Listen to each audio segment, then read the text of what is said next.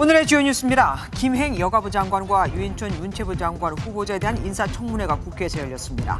김 후보자에 대해서는 후보자가 창업한 인터넷 매체 관련 의혹과 김건희 여사와의 친분을 놓고 유 후보자에 대해서는 이명박 정부 시절 문화계 블랙리스트 관여 의혹에 대한 여야 간 공방이 벌어졌습니다. 내일부터 이틀간 서울 강서구청장 보궐선거 사전투표가 진행됩니다.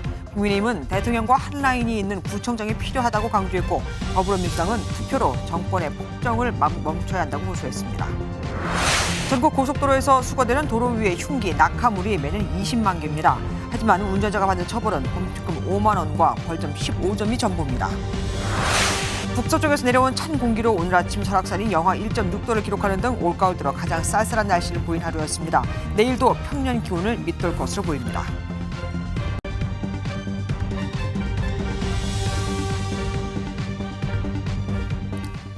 오늘 국회에선 2명의 장관 지명자 인사청문회가 열렸죠. 김행 여성가족부 장관 후보자와 유인촌 문체부 장관 후보자요. 이 소식으로 오늘 뉴스7 시작하겠습니다. 김행 여성가족부 장관 후보자의 국회 인사청문회에선 예상대로 여야의 난타전이 이어졌습니다. 김 후보자에게 쏠리고 있는 가장 큰 의혹은 자신이 창업한 회사 위키트리를 통해 가상화폐의 수익을 냈다는 것과 김건희 여사와의 친분으로 후보자가 됐다다 이거죠. 김 후보자는 나는 코인쟁이가 아니다. 40년 경력이 있는데 누구의 친분으로 후보자가 됐다는 건 억울하다고 맞받아쳤습니다. 첫 소식 이혁준 기자가 준비했습니다. 국회 여성가족위원회 청문회는 자료 제출이 부실하다는 야당 의원들의 불만으로 시작했습니다. 야당 의원 측에 자료가 지금 거의 제출이 안 되고 있습니다. 총 19건의 자료를 요청을 했는데 단 3건인데 3건마저도 단답형으로 왔습니다. 저희 딸은 지금 공개 대상이 아닙니다. 그거는 할 수 없고요. 이내 장내에선 고성이 터져 나왔습니다. 장관에게 지금 자료 요청 가능하냐고 물어보고 있는 거 아닙니까? 그거는 물어보고 있는 거잖아요. 김 후보자는 설명판을 준비해 코인 보유 의혹을 해명했고 질타는 계속됐습니다.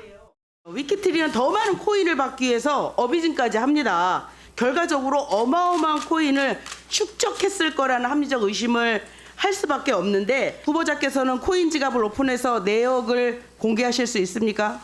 아니 없어요. 없는데 어떻게 내용을 공개를 합니까? 그리고 저요 코인쟁이 아닙니다. 돈 벌었어요. 아니에요. 아닙니다. 그걸로 돈 번 적 없습니다. 돈 벌다 보니까 그렇게 얘기하지 마십시오. 청문회장엔 위키트리의 성범죄 기사 리스트까지 등장했습니다.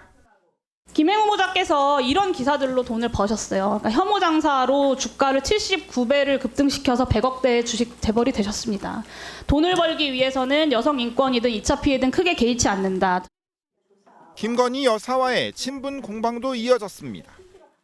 2번 만난 게 전부입니까? 월단회에서도 만나지 못했습니까? 저 월단회 회원 아니거든요. 네, 회원 아닌 거 압니다. 아시죠? 나이가 많아서 월단회 회원에 안 껴주는 거죠. 나이가 많아서 안 껴준다는 그건 또 무슨 네, 말씀이세요? 그 월단회 후보자의 장관 지명은 김건희 여사가 뒷배라는 의혹이. 김 후보자는 언론과 정치권에서 40년을 활동했고 김 여사가 뽑은 건 아니라고 항변했지만 청문회 내내 고성과 질타는 끊이지 않았습니다. MBN 뉴스 이혁준입니다. 유인촌 문화체육관광부 장관 후보자에 대한 국회 인사청문회에서는 이른바 문화예술계 블랙리스트 의혹을 놓고 거센 공방이 이어졌습니다. 야당은 당시에 분명히 있었던 사건은 왜 없었다고 하느냐. 유 후보자는 실체가 없었다면서요. 유 후보자 두 아들에 대한 아빠 찬스 의혹도 불거졌습니다. 15년 만에 다시 하는 청문회. 정선민 기자가 보도합니다. MB 정부 시절 문화예술인 블랙리스트 의혹을 두고 여야는 치열한 공방을 벌였습니다. 알았으면 공범이고 몰랐으면 바보 아닙니까? 굉장히 그런 이 시대착오적인 정치 공세다. 블랙리스트라는 말도 실체도 없었다는 유인촌 후보자는 문화예술계의 재조사 요구에 다른 정권까지 끌어들였습니다. 이명박 박근혜 정부만 조사한 걸로 알고 있거든요. 이왕 하시려면 조금 더 넓히셔서 노무현 문재인 정부까지 다 하시는 것도 괜찮다고 생각합니다. 두 아들의 아파트 매입과 관련해 유 후보자는 당시 증여세를 모두 납부했다고 밝힌 가운데 배우인 장남의 연기 경력과 관련해 아빠 찬스 의혹도 제기됐습니다. 무직 상태에서 능력이 뛰어난 겁니까? 아니면 아빠 능력이 뛰어난 아빠 찬스를 사용한 것입니까? 아들은 이 성까지 싹 개명하여 예명으로 활동하고 있는 전 상황으로 좀 알고 있습니다. 네. 한편 블랙리스트 공방을 이어가던 중 여당이 이재명 더불어민주당 대표의 사법 리스크를 언급하면서 고성과 욕설이 오가는 아수라장이 벌어졌고 청문회 중단 사태도 벌어졌습니다. MBN 뉴스 정세민입니다.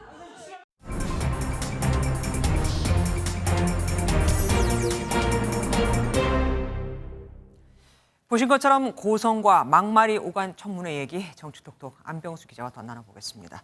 안 기자, 김행 여가부 장관 후보자 청문회는 아예 열리지 못할 뻔했습니다.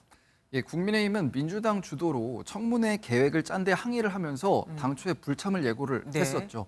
실제로 청문회장에 여당 의원들은 입장을 하지 않고서 대기를 했는데요. 하지만 민주당 권인숙 여성가족위원장이 모두 발언을 통해 사과하면서 파행을 피했습니다. 정해진 일정에 청문회 개최를 해야 돼서 9월 27일에 여당이 참석하지 않은 상태로 청문회 계획을 의결한 것에 대해 유감을 표명합니다. 차후 다시는 이런 반민주적인 의회 폭거를 행하지 않겠다는 그러한 약속을 하신 것으로 말하자면 재발 방지 약속을 하신 것으로 이해하고 파행은 어쨌든 저렇게 면했습니다만 어쨌든 막말은 계속해서 이어졌잖아요. 예, 김 후보자 청문회에서는 코인 파킹 의혹과 김건희 여사와의 친분 논란으로 야당의 집중 공격이 이어졌는데요. 네. 김 후보자의 발언권을 두고서 여야 의원들끼리 고성이 오갔습니다. 그렇게 거짓말하시면 안 됩니다. 거짓말한 적 없고요. 끼어들지 마시라고요. 답변하는 것에 대해서 끼어들지 말라는 말을 여러 차례 하셨습니다.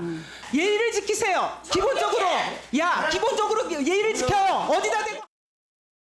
김건희 여사와의 친분 의혹을 제기하는 야당에 맞서서 여당이 노무현 정부 정상명 검찰총장은 권양숙 여사를 형수님이라고 불렀다고 맞받으면서 소란이 일기도 했습니다. 유인촌 문체부 장관 후보자, 이 청문회도 만만치 않았습니다. 예, 유 후보자가 15년 전에 국회 사진 기자들에게 찍지 말라면서 삿대질하면서 욕설 논란을 일으켰던 상황이 재차 소환됐습니다. 오늘 지금 카메라 분들이 기자분들이 많이 계십니다. 카메라 분들 오늘 장관님께 후보자님께 허락 맡으셨습니까? 예, 급기야는 당시 영상을 재생했는데 여당은 반발했습니다. 특정 방송에 음성이 포함된 영상을 틀었는데요. 여야 간의 간사 간의 합의가 필요한 부분입니다. 예, 이에 대해서 유 후보자는 욕설을 한 건 아니었다고 재차 해명을 했습니다. 과거 발언이 아니라 오늘 청문회 현장에서도 야당 의원의 욕설이 또 나왔어요. 예, 과거 문학의 블랙리스트 문제를 얘기를 하다가 이재명 대표의 이름이 거론이 되니까 순식간에 분위기가 험악해졌습니다. 이재명이 왜 나옵니까 여기서? 그래 무슨 데 얘기를 하니까 이야기하는 거죠. 예, 이 과정에서 민주당 김윤덕 의원이 욕설을 하면서 여당 의원들이 강력히 반발했습니다. 아무도 안 떠나 지금. 좀 말 좀 가려서 하세요. 잠시 정의하겠습니다. 예, 청문회는 1시간 반 정도 중단이 됐다가 욕설 당사자인 김 의원이 사과하고 나서야 다시 이어졌습니다. 진짜 애들이 볼까 봐 무섭습니다. 지금까지 안병수 기자와 함께했습니다. 고맙습니다. 단식 이후 회복 중인 이재명 민주당 대표는 내일 열리는 대장동 위례 재판에 출석합니다. 재판부가 재판 연기 요청을 불허했기 때문인데 지난 검찰 출석 때와 마찬가지로 병원에서 외출 형태로 법원으로 갈 것으로 보입니다. 그런데 곧 검찰이 백현동 의혹 등으로 추가 기소하면 앞으로는 주 3회 재판에 나가야 할 수도 있습니다. 길기범 기자가 보도합니다. 이재명 더불어민주당 대표의 대장동 미래개발 특혜 의혹 첫 재판이 내일 서울중앙지법에서 열립니다. 앞서 검찰은 이 대표가 대장동 민간업자들에게 유리한 사업 구조를 설계해 성남도시개발공사에 4,895억 원의 손해를 끼쳤다고 보고 지난 3월 이 대표를 재판에 넘겼습니다. 또 기업의 편의 등을 제공하는 대가로 133억 원 상당의 성남FC 후원금을 받은 것으로 의심하고 있습니다. 지난달 첫 재판이 열릴 예정이었지만 이 대표가 단식에 나서면서 한 차례 연기됐습니다. 조작과 검찰의 시간은 끝나고 진실과 법원의 시간이 시작됐습니다. 저는 단 한 푼의 이익도 어떤 혜택도 받은 바가 없습니다. 단식 이후 회복에 전념하고 있는 이 대표는 이번에도 재판 연기를 요청했지만 재판부는 받아들이지 않았습니다. 민주당 대표실 핵심 관계자는 MBN과의 통화에서 이 대표는 아직 퇴원할 상황은 아니라며 다만 재판이 정상 진행되는 만큼 영장심사 때처럼 외출 형태로 출석하고 끝나면 병원으로 복귀할 것이라고 언급했습니다. 이 대표의 재판 리스크는 더 커질 전망입니다. 이 대표는 이미 2주일에 한 번씩 공직선거법 위반 혐의 재판에도 출석하는데 검찰이 백현동과 대북송금, 위증교사 의혹까지 모두 기소하면 최소 주 3회 법정에 설 수 있다는 관측이 나옵니다. MBN 뉴스 길기범입니다. 서울 강서구청장 보궐선거의 사전투표가 하루 앞으로 다가왔습니다. 국민의힘은 대통령과 한 라인이 있는 구청장이라며 여당 구청장론을 내세웠고 민주당은 폭정을 멈추는 출발점이라며 정권 심판론으로 맞받았습니다. 구청장 선거에 이렇게 여야가 매달린 적이 있었나 싶죠. 보궐선거는 상대적으로 투표율이 낮은 만큼 어느 쪽 지지층이 더 많이 투표하러 가느냐가 관건이 될 겁니다. 강용호 기자가 보도합니다. 김기현 국민의힘 대표는 오후 내내 강서에 머무르며 유세전을 폈습니다. 경로당 방문에 이어 소상공인들과 간담회를 했고 윤재혁 원내대표 등 지도부도 총출동해 김태우 후보 지지를 호소했습니다. 고도 제한 완화 등 지역 발전을 위해선 대통령과 한 라인이 있는 여당 구청장이 필요하다고 강조했습니다. 대통령하고도 서로 한 라인이 돼가지고 뭐 필요하면 전화도 주고받고 시장하고도 서로 수시로 만나자 그러고 전화도 주고받고 그렇게 할 수 있어야 우리 강서가 발전하고 힐스. 이재명 더불어민주당 대표는 병상에서 힘을 보탰습니다. 환자복 차림으로 진교훈 후보 지지를 호소하며 지지층 결집에 나섰습니다.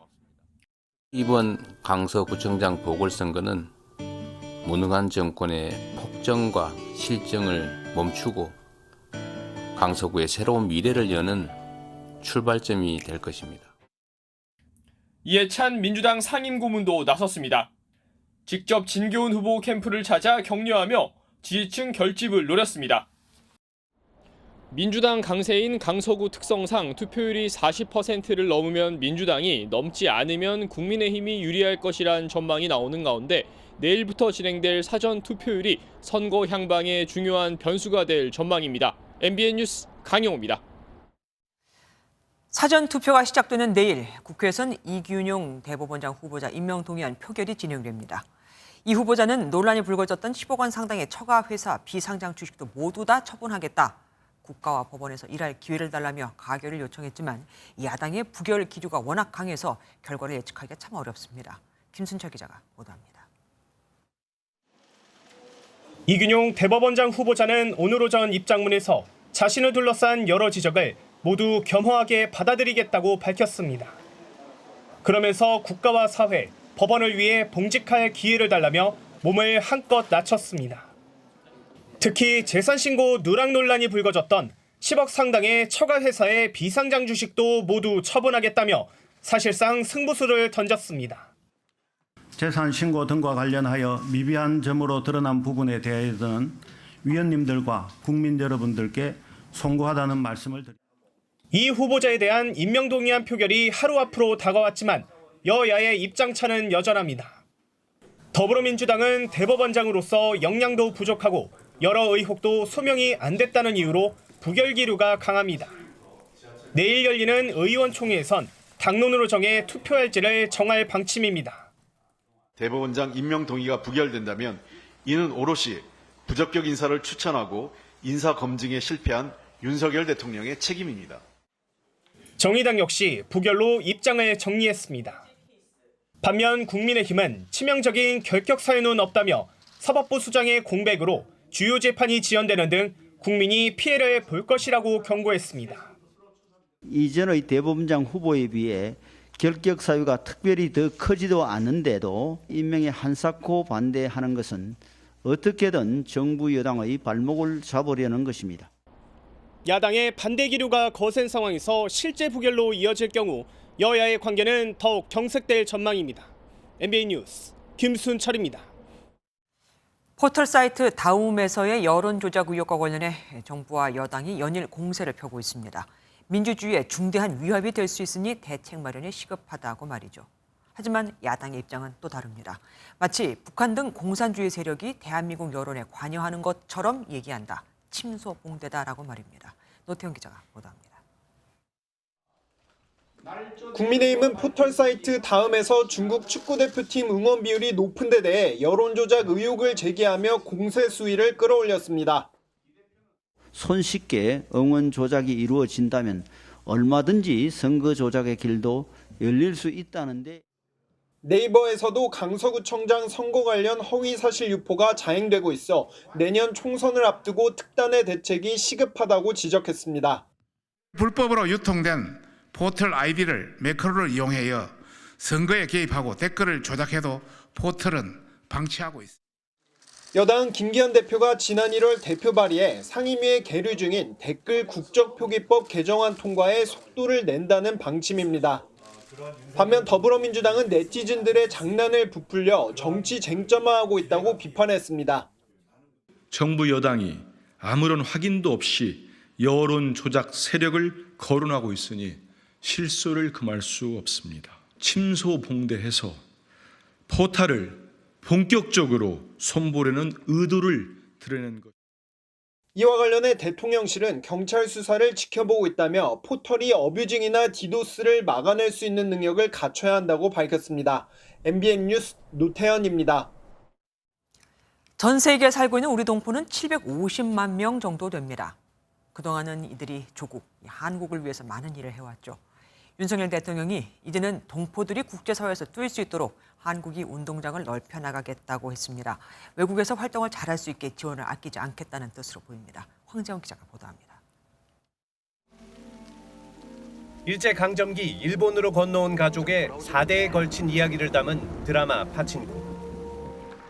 여기에 출연한 배우 박소희 씨도 이민자라는 이유로 차별받던 제1동포였습니다.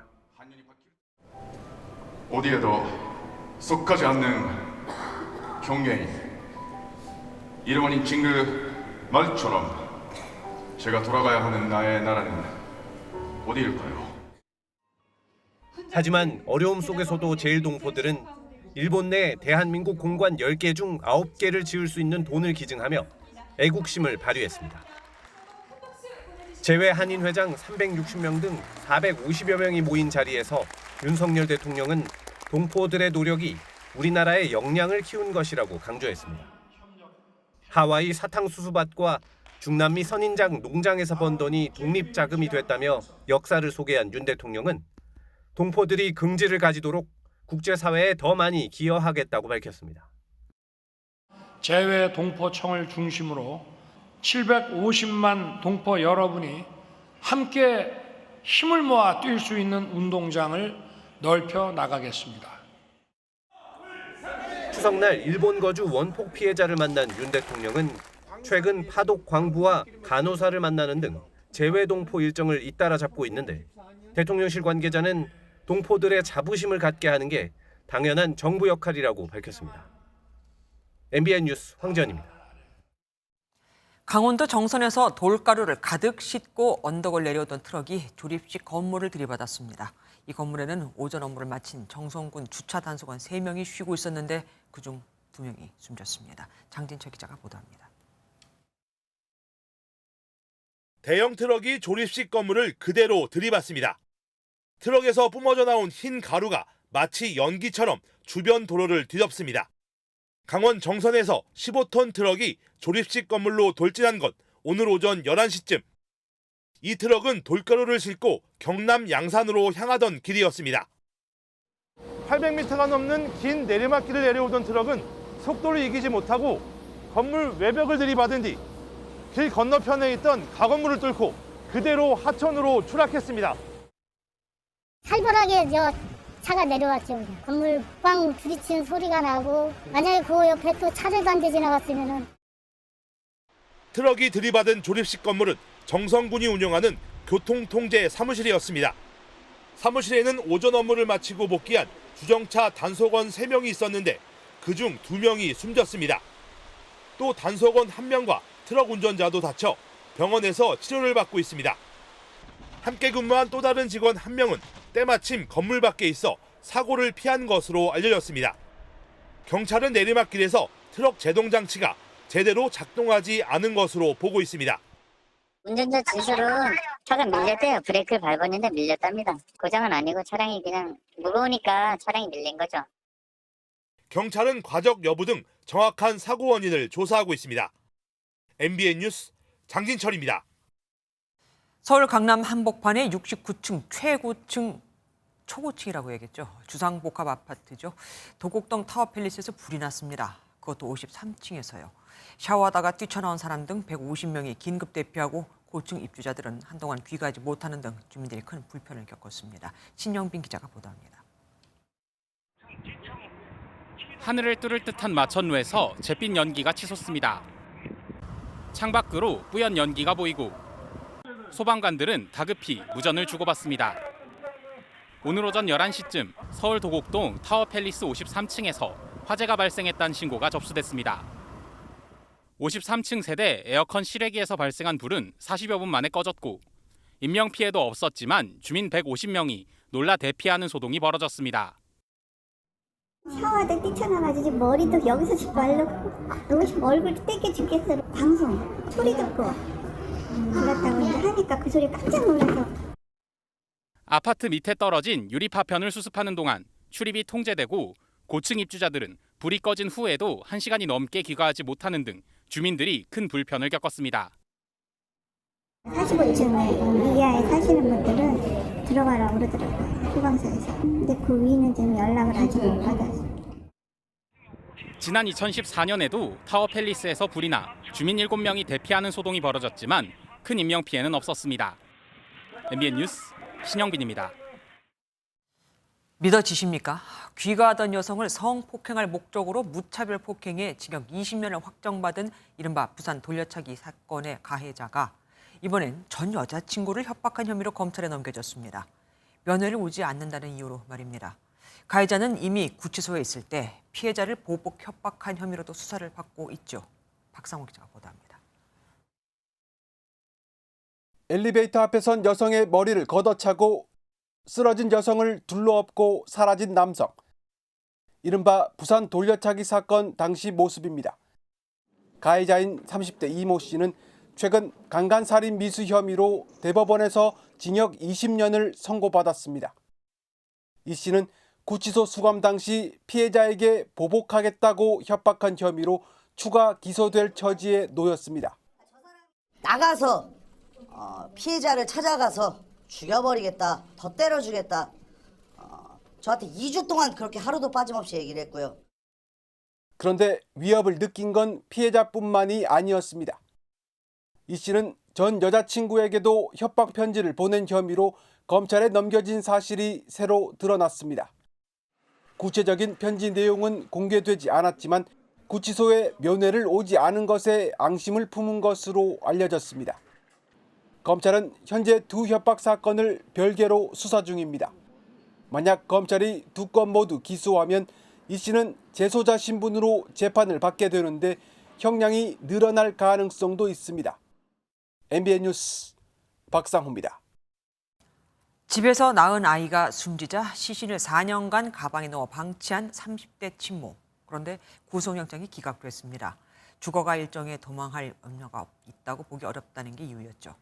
병원 밖에서 낳고 출생신고를 하지 않은 아이는 이렇게 찾아내기가 참 어렵습니다. 김영현 기자가 보도합니다.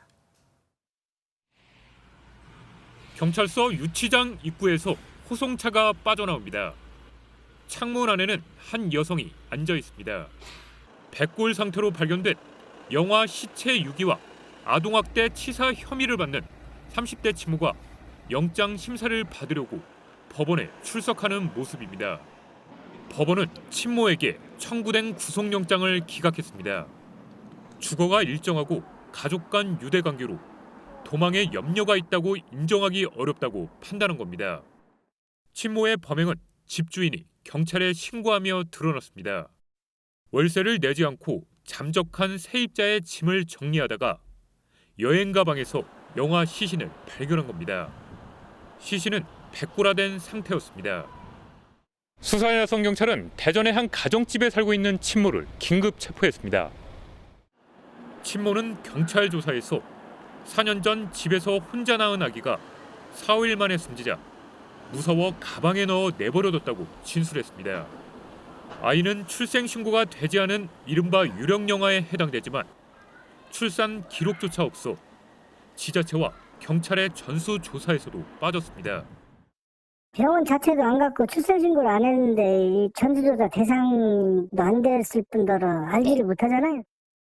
경찰은 정확한 사망 원인을 확인하기 위해 국과수에 시신 부검을 의뢰하는 한편 조사를 마치는 대로 여성을 검찰에 넘길 방침입니다. MBN 뉴스 김영현입니다. 신고 있던 신발을 벗어 직원들을 폭행한 축협조합장 소식 얼마 전에 보도해드렸죠. 그런데 이게 다가 아니었습니다. 모친상을 당한 직원을 위로하러 간 자리에서 마저 추태를 부린 사실이 뒤늦게 드러났습니다. 노조에 가입했다는 이유로 조문원 직원을 폭행하고 소주병으로 위협까지 했다네요. 장례식장에 왜 간 건지 잊은 듯합니다. 강세훈 기자가 취재했습니다. 전북 순창의 한 장례식장입니다. 테이블에서 술을 마시는 여성, 전북 순창의 축협조합장입니다. 잠시 후 조문원 직원과 이야기하더니 갑자기 직원의 다리를 걷어찹니다. 노조에 가입했다는 게 이유였는데 이번엔 주먹으로 때리고 말리는 직원까지 발로 찹니다. 화가 안 풀렸는지 소주병을 들어 때릴 듯이 위협합니다. 모친상을 당한 직원 상갓집에 와서 추태를 부린 건데 유족은 물론 아이들도 지켜보고 있었습니다. 많은 사람들이 있었던 곳이고 조합의 어떤 장으로서 그런 자리에서 그런 행동을 한다는 거는 정말 사람으로 그 직원을 생각을 안 하는구나. 축협이 운영하는 식당에서 술에 취해 신고 있던 신발로 직원들을 폭행해 무리를 빚은 그 조합장입니다. 해당 조합장은 이후 경찰에 입건됐는데 돈으로 사건 무마를 시도했다는 증언까지 나왔습니다. 피해자들을 만나기만 일단 해주면 그 2장까지 생각하고 있다고 그렇게 말씀을 하시더라고요. 그 돈이겠죠. 이게 저는 뭐 그 금액까지는 정확히 2장이 얼마인지는 모르겠는데. 축협 노조 등에서 내건 현수막을 누군가 훼손하는 일도 있었습니다. 노동단체는 기자회견을 열고 해당 조합장의 엄벌을 촉구했습니다. 폭행 조합장은 즉각 사퇴하라! 조합장의 해명을 듣기 위해 전화와 문자로 수차례 연락을 시도했지만 연결되지 않았습니다. MBN 뉴스 강세훈입니다. 화물차에 가득 담긴 맥주병과 소주병이 도로 위에 쏟아지는 사고가 또 발생했습니다. 그런데 이렇게 도로에 떨어져 수거되는 낙하물은 매년 20만 개나 됩니다. 도로 위에 흉기라 불릴 정도로 큰 인명피해로도 이어질 수 있는데 정작 사고를 일으킨 운전자가 받는 처벌은 고작 범칙금 5만 원, 벌점 15점이 전부입니다. 이규영 기자가 취재했습니다.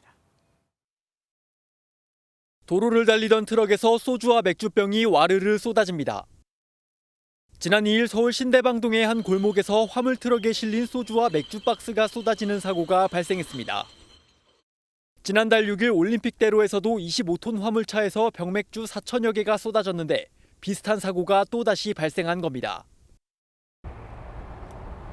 사고가 난 화물차들은 이렇게 화물칸을 덮는 그물망에 고정장치를 제대로 설치하지 않거나 이렇게 양옆에 날개처럼 달린 문에 고정장치를 제대로 하지 않은 것으로 조사됐습니다. 엎질러진 술과 특히 깨진 병 파편을 치우느라 시간이 걸리면서 교통정체가 심각할 수밖에 없습니다. 파편이 엄청 튀었을 거 아니에요. 이제 알바들하고 직원들이 청소도구랑 전부 다 가져가서 한 3시간도 넘게 치운 것 같은데. 소주병과 맥주병을 포함해 도로에 떨어져 수거되는 낙하물만 한 해 20만 개에 달합니다. 자칫 큰 인명피해로도 이어질 수 있지만 처벌은 가볍습니다. 쏟아진 낙하물로 교통사고가 발생하지 않는다면 운전자가 받는 처벌은 범칙금 5만 원과 벌점 15점이 전부입니다. 솜방망이 처벌에 화물차 운전자들도 낙하물을 대수롭지 않게 여기기 일쑤입니다. 아니, 왜 이렇게 안 엎어져요, 도로에서?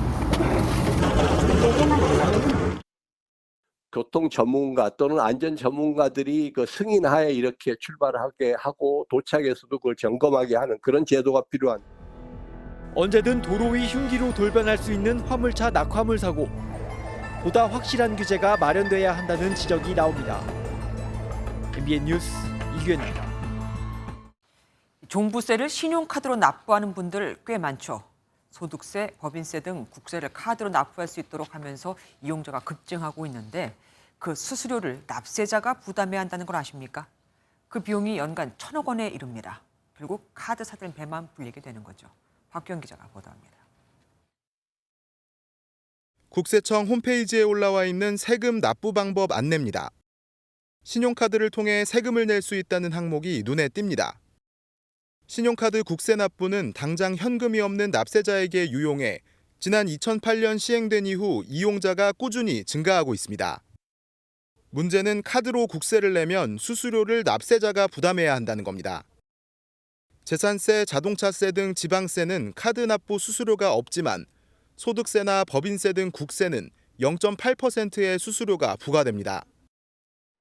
국세청은 수수료를 국가가 부담하면 국가의 재정 손실과 현금 납세자와의 형평성 문제가 발생해 어쩔 수 없다는 입장입니다.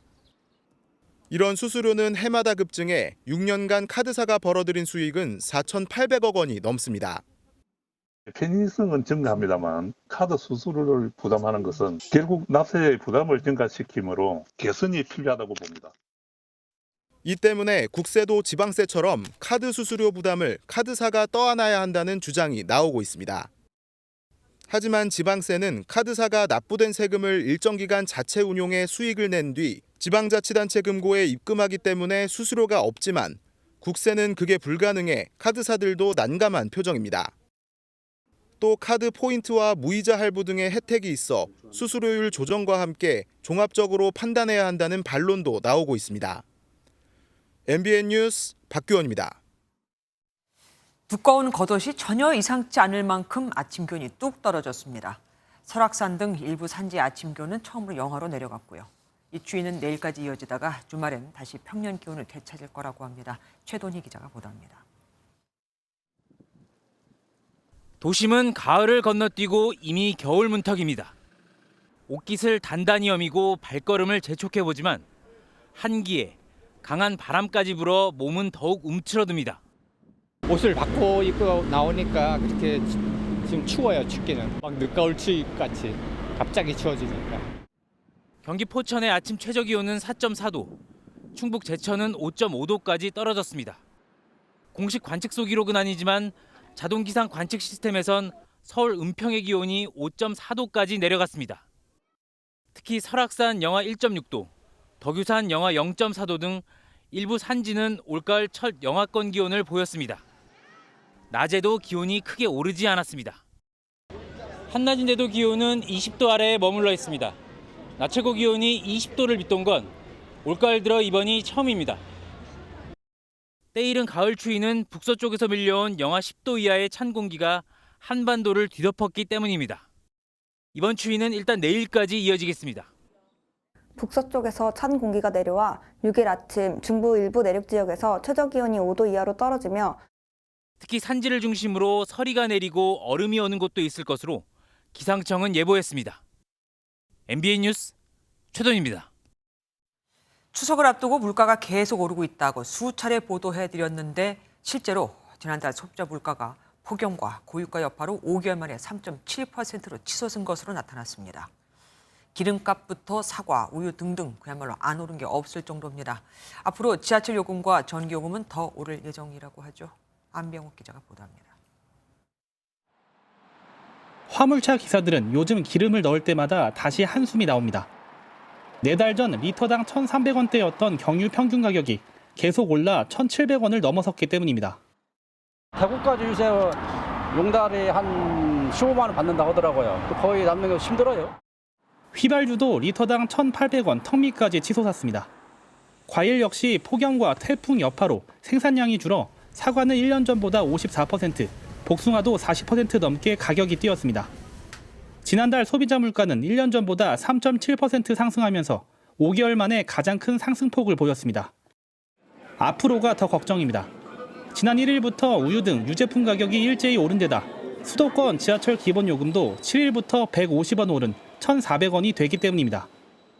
정부는 이번 달부터는 물가가 안정화될 것으로 보인다면서도 유류세 인하 2달 추가 연장 등 여러 조치를 준비 중입니다. 서민 물가의 조속한 안정을 위해 총력을 다하겠습니다. 하지만 4분기 전기, 가스 요금도 크게 오를 것으로 보여 물가 불안은 쉽게 사그라들지 않을 전망입니다. MBN 뉴스 안병기입니다. 스트레스 장애를 앓는 사람들이 치매에 걸릴 위험이 높다는 연구 결과가 나왔습니다. 특히 외상 후 스트레스 장애, PTSD를 겪었던 사람들은 더했죠. 가벼운 스트레스 질환 역시 치매 발병을 높였는데 치매 중에서도 알츠하이머, 이 병에 가장 취약했습니다. 최희지 기자입니다. 1년 전 수많은 피해자를 낳았던 이태원 참사. 심각한 사고에 참사 바로 다음 날부터 시작된 트라우마 상담만 4,000건이 넘었습니다. 대형 참사뿐 아니라 타인의 죽음이나 심각한 정신적 위협을 경험했을 때 외상 후 스트레스 장애, PTSD가 생길 수 있습니다. 이럴 경우 뇌가 극심한 고통에 반복적으로 노출되기 때문에 치매 발병과 강한 연관성이 있다는 연구 결과가 나왔습니다. 외상 후 스트레스 장애가 있는 환자의 경우 그렇지 않은 사람보다 치매 발병 위험이 1.78배 더 높은 것으로 나타났습니다. 가벼운 급성 스트레스 역시 치매 발병 위험이 1.21배 높았고 대표적인 치매 유형인 알츠하이머병에 특히 취약한 것으로 확인됐습니다. 스트레스 장애를 일으킬 정도로 강한 스트레스 같은 경우에는 뇌에 지속적인 영향을 줘서 뇌의 그 노화라든지 퇴행적 변화를 일으킬 수 있어서 그게 치매의 발병에 전문가들은 평소 규칙적인 생활과 취미 활동을 통해 스트레스를 관리하고 감정의 변화나 수면에 어려움이 발생하면 바로 의사의 진단을 받으라고 조언했습니다. MBN 뉴스 최희지입니다. 종점 변경 문제를 놓고 여야 간 극심하게 부딪혔던 서울 양평 고속도로의 경제 타당성 재조사 결과가 나왔습니다. 종점을 변경한 노선이 처음 예타를 통과한 안보다 교통량이 하루 6,000대가 넘게 증가하는 등 사업성이 좋아진다는 게 국토교통부의 결론인데 그럼에도 이 노선 역시 합격점을 넘지는 못했습니다. 투자 대비 이익, 효과가 별로 높지 않다는 거죠. 보도에 장명훈 기자입니다. 서울 양평 고속도로 사업은 민주당의 김건희 여사 특혜 의혹 제기로 정쟁으로 비화됐습니다. 급기야 원희룡 국토교통부 장관이 전면 백지화를 선언하면서 사업은 좌초 위기에 놓였습니다. 이 시점에서 전면 중단하고 이 정부에서 추진되었던 모든 사항을 백지화하겠습니다. 지역 주민들은 반발했고 국토교통부는 백지화 선언 석 달 만에 사업 재개를 위한 경제성 분석 결과를 내놨습니다. 1차 타당성 조사를 진행했던 업체가 이번에도 용역을 맡았는데 강상면을 종점으로 하는 대안 노선이 양서면이 종점인 기존 예타 노선보다 사업성이 좋은 것으로 나타났습니다. 비용이 521억 원 더 늘어나지만 하루 교통량이 6,000대 늘고 주변 도로 교통량 분산 효과가 커 편익이 17.3% 높다는 겁니다. 다만 대안 노선 역시 비용 대비 편익인 BC 비율은 0.83으로 기준치인 1보다 낮았습니다. 종점부 위에 있을 때는 이렇게 타고 결국은 이쪽으로 갈 교통량들이 이게 내려오면서 이쪽으로 유인이 되는 거거든요. 하지만 민주당은 대안 노선을 제시한 업체가 진행한 분석이라 믿을 수 없다는 입장입니다. 원 장관은 분석 결과에 대한 제3의 전문가 검증을 국회에 요청하겠다고 밝혀 국감에서도 치열한 공방이 예상됩니다. MBN 뉴스 장명훈입니다. 올해로 52살이 됐죠. 서울 여의도의 터줏대감인 시범 아파트가 2,400가구 규모의 대단지 아파트로 탈바꿈합니다. 서울시가 재건축 사업 정비 계획 수립안을 결정하면서 63빌딩과 조화를 이루게 최고 65층 높이 건물이 들어설 전망입니다. 김세희 기자가 취재했습니다. 1971년 완공된 서울 여의도 시범 아파트는 당시 국내 최고층인 12층으로 건축됐습니다. 허허벌판이었던 여의도에 처음 건설된 아파트로 시범이라는 이름에는 앞으로 서울에 지어질 아파트 단지에 모범을 보인다는 뜻이 담겼습니다. 박정희 대통령이 기공식에 참석할 정도로 여의도 근대화의 상징이자 대형 프로젝트였습니다. 여의도 시범 아파트가 52년 세월을 뒤로하고 2,400여 가구 규모의 최신식 주택단지로 거듭납니다. 서울시가 여의도 시범 아파트 재건축 사업 정비계획 수립안을 결정했습니다. 앞으로 최고 200m 높이에서 65층 안팎의 스카이라인이 새롭게 만들어지면서 바로 옆 63빌딩과 조화를 이루게 됩니다. 또 지역 주민에게 개방되는 커뮤니티 센터가 들어서고 한강과 가까운 이점을 살려 문화시설을 갖춘 수변 문화공원이 조성됩니다. 주민들은 기대감을 나타냈습니다. 재건축하면 좋겠죠. 여기 뭐 다 오래된 아파트들이라 재건축하면 좀 살기가 편하지 않을까 생각합니다. 여의도에서 가장 오래된 시범 아파트가 재건축 지름길에 올라타면서 노후 단지가 즐비한 여의도 일대가 큰 변화를 시작하고 있습니다. MBN 뉴스 김세희입니다. 과거 문재인 정부 시절 집값을 비롯한 주요 국가 통계를 조작했다는 의혹과 관련해 검찰이 강제 수사에 들어갔습니다. 감사원이 제기한 통계법 위반과 직권남용, 권리행사 방해 등의 혐의인데 전 정권 관련 인사 중 상당수는 이미 출국 금지 조치가 내려지기도 했습니다. 하지만 문재인 전 대통령에 대해서는 이번에도 수사 대상에서 빠졌습니다. 이재호 기자가 보도합니다.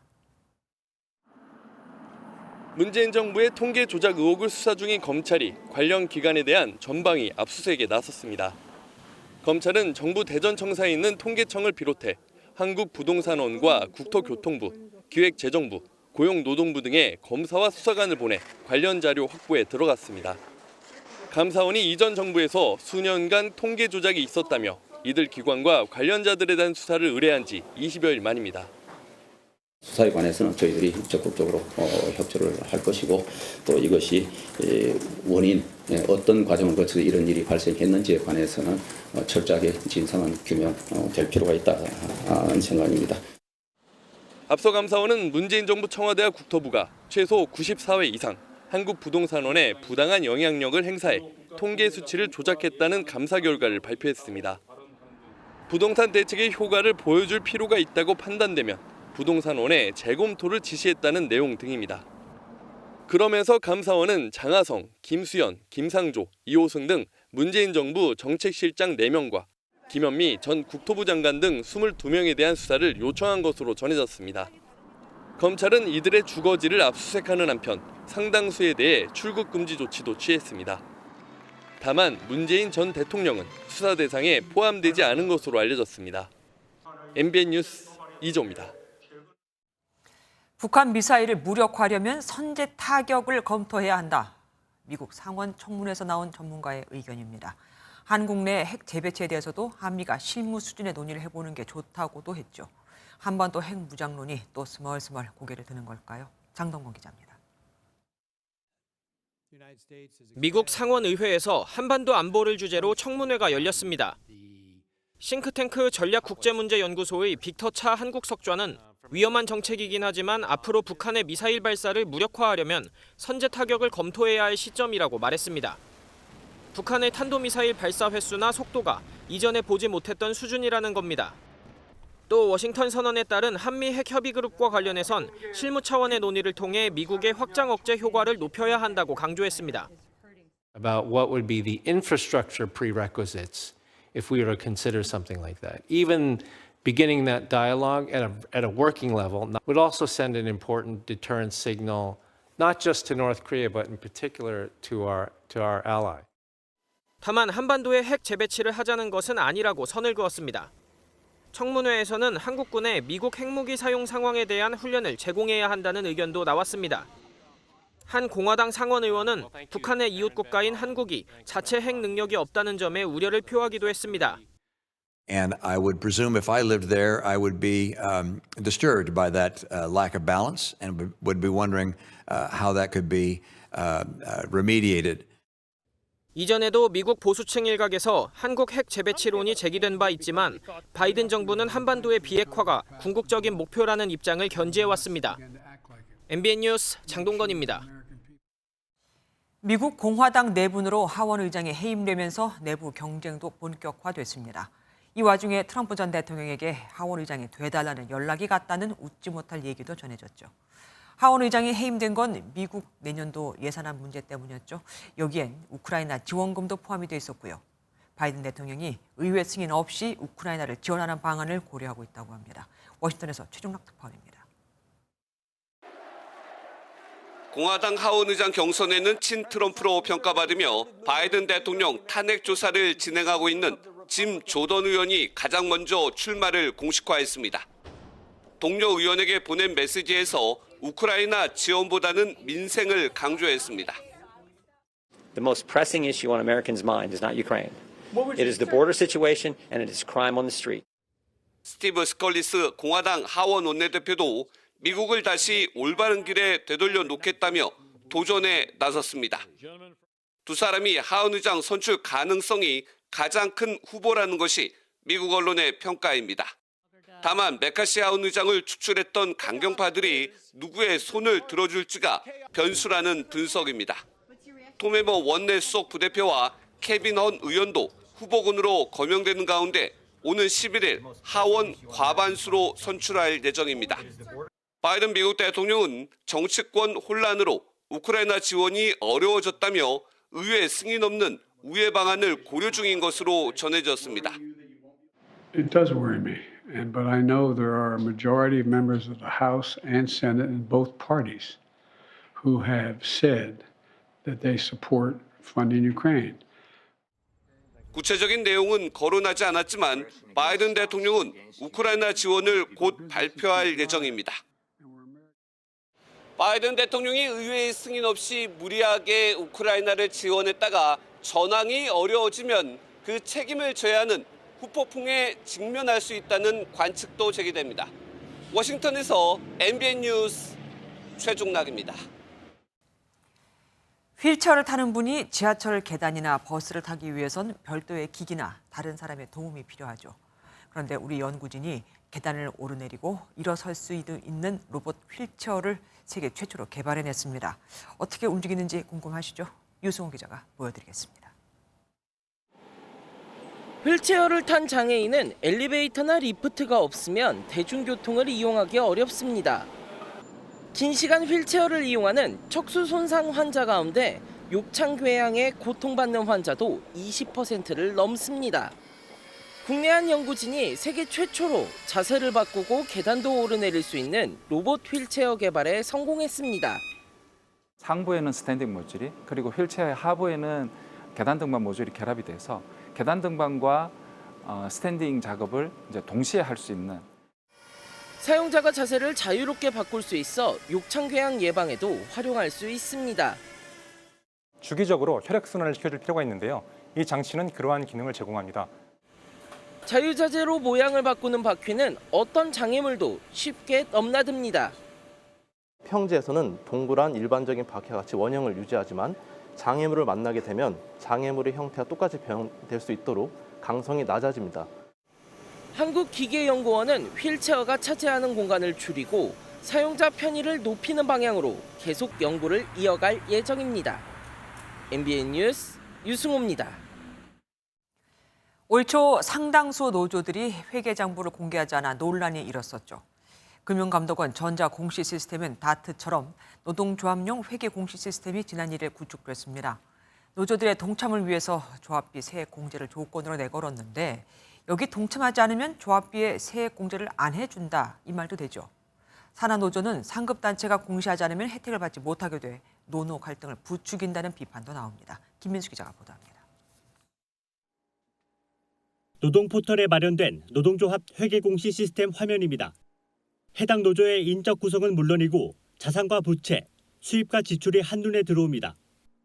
노동조합은 2022년도 결산 결과를 다음 달 30일까지 이곳에 등록할 수 있습니다. 이제는 조합원이 클릭 몇 번으로 노동조합의 재정 정보를 열람할 수 있게 되어 근로자는 어느 노동조합이 재정을 투명하게 운영하는지 알 수 있게 될 것입니다. 정부는 노조의 자발적인 등록을 유도하기 위해 세액 공제를 내걸었습니다. 회계 공시를 하지 않으면 당장 이번 달 조합비부터 세액 공제에서 제외합니다. 그동안은 납부한 조합비의 15%를 세액에서 공제하고 납부액이 1,000만 원을 넘으면 초과분에 대해 30%를 공제해줬습니다. 특히 고용부는 상급단체가 회계 공시를 하지 않으면 산하조직이 회계 공시를 하더라도 세액 공제를 받지 못하는 방식을 도입했습니다. 조합원 1,000명 미만인 산하조직은 상급단체가 회계 공시를 하지 않을 경우 탈퇴를 할지 세액공제를 포기할지 선택해야 해서 연좌제라는 지적이 나옵니다. 그다음에 노동조합 탈퇴를 유도한다라는 것은 지나친 이제 논리적인 비약인데 우리들이 하는 것은 이 발표문에 나와 있지만 자주적이고 민주적인 노조운동을 보장한다. 이에 대해 민주노총 등 노동계는 조합원과 시민 사이의 거리를 만드는 범죄 행위라면서 조합원 토론을 통해 대응 방안을 마련하겠다고 비판했습니다. MBN 뉴스 김민수입니다. 도쿄전력이 오늘 오전부터 후쿠시마 오염수 2차 방류를 시작했습니다. 한편 영국 런던에선 일본의 오염수 방류가 해상 투기인지 논의가 처음으로 이루어집니다. 많이 늦은 감이 있죠. 신재우 기자가 보도합니다. 후쿠시마 오염수는 오늘부터 오는 23일까지 총 7,800톤, 하루 460톤가량이 방류될 예정입니다. 지난 1차 방류 당시 배출됐던 양과 거의 비슷합니다. 도쿄전력에 따르면 바닷물로 희석한 오염수의 삼중수소 농도는 리터당 최대 87베크렐로, 위험 수치인 리터당 1,500베크렐을 훨씬 밑돈다고 밝혔습니다. 우리 정부도 현재까지 방류 상황에서 이상 상황을 발견하지 못했다며 국민 안전을 위해 향후 점검에 최선을 다하겠다고 밝혔습니다. 또 지속적인 모니터링을 위해 우리 원자력안전위원회 소속 전문가들을 후쿠시마에 재차 파견할 계획입니다. 거듭 말씀드리지만 정부는 그 국민 여러분의 건강과 안전에 영향이 없도록 확인과 점검에 최선을 다할 예정입니다. 한편 영국 런던에서 진행 중인 런던 의정서 당사국 총회에선 우리 시각으로 오늘 밤 후쿠시마 오염수 관련 논의가 처음으로 이뤄집니다. 오염수 방류가 해상 투기에 해당하는지 여부가 쟁점이 될 것으로 보이는 가운데 우리 정부도 국민 안전 우선 기조에 따른 의견을 낼 것이라고 예고했습니다. MBN 뉴스 신재우입니다. 1세대 철학자인 김형석 연세대 명예교수를 비롯해 6명이 통일문화연구원과 매일경제신문사가 주관하는 16회 통일문화대상을 받았습니다. 한반도 통일문화 진작을 위해 노력한 공로로 통일문화대상을 수상한 김형석 교수는 오늘 시상식에서 남북 간 민간 교류가 통일문화를 조성하는 데 필요하다고 강조했습니다.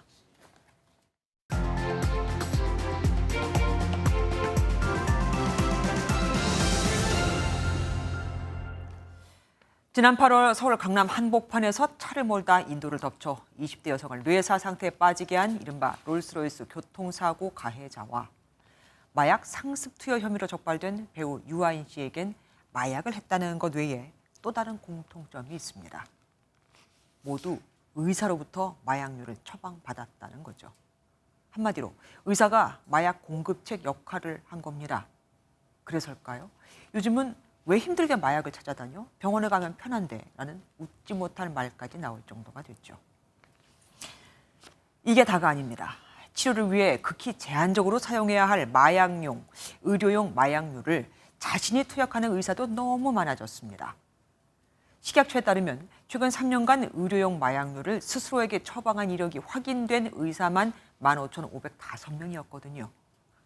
지난해 말 기준 전체 활동 의사의 무려 11%나 됩니다.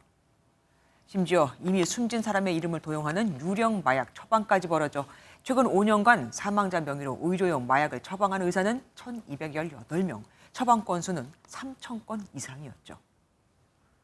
하지만 처벌은 참 약합니다.